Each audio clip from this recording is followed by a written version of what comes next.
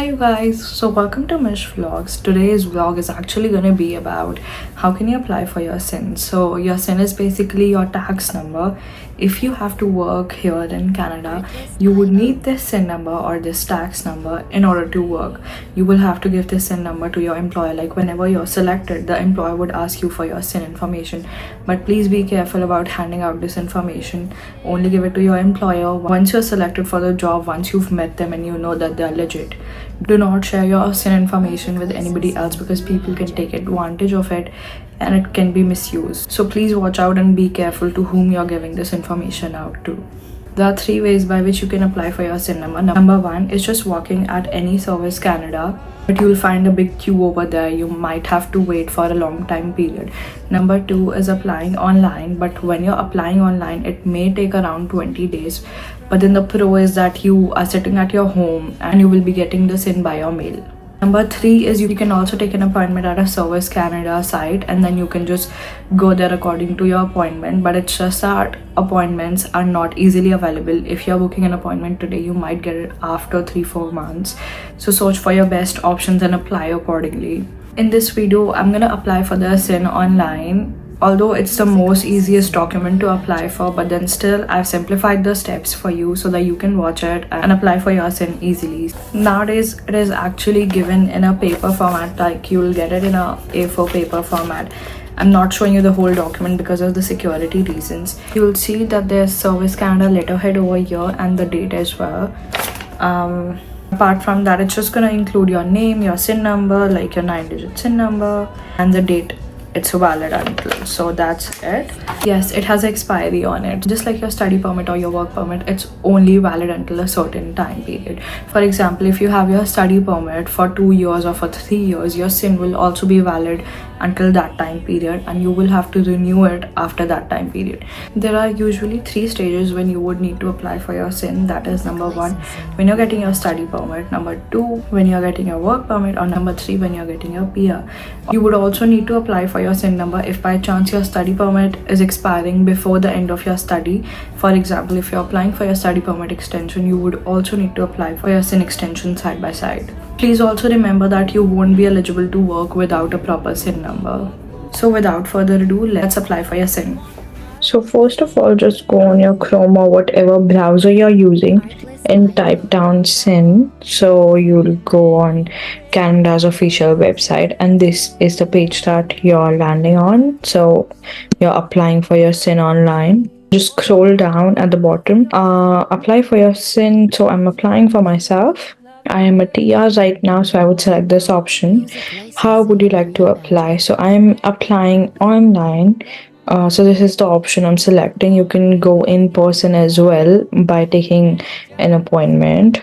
So this is a list of documents that you would need to apply for your SIN, which is either your work permit or your study permit on the basis of which you're applying. It should be a digital copy which is valid. So visitor record issued by IRCC, you can use your work permit or study permit in this case. Like just provide one of the following. So I'm going to go with my work permit. Second document that you would need is either your passport or your driver's license or any other Canadian government ID. Supporting document, you would need this only if there's some problem with your name, like if it's not matching in 2 documents, then you would need a supporting document. But other than that, you wouldn't need any supporting document. Please make sure that all this information is correct and you're not making any mistakes because this is very important. So this is the next page that you're going to land into. Just accept all the terms and conditions, read them. Who are you applying for? I'm applying for myself again. So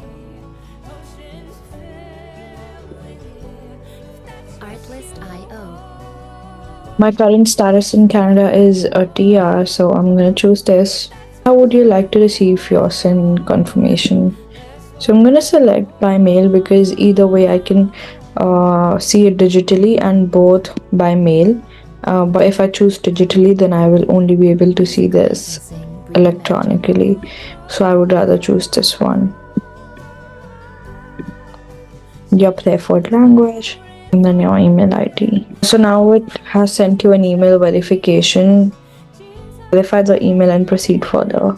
Once your email is verified, 28% of your profile is already completed. And then it's your personal information that you're gonna fill out. Just your first name. If you have any other given name, then just write it down over your family name.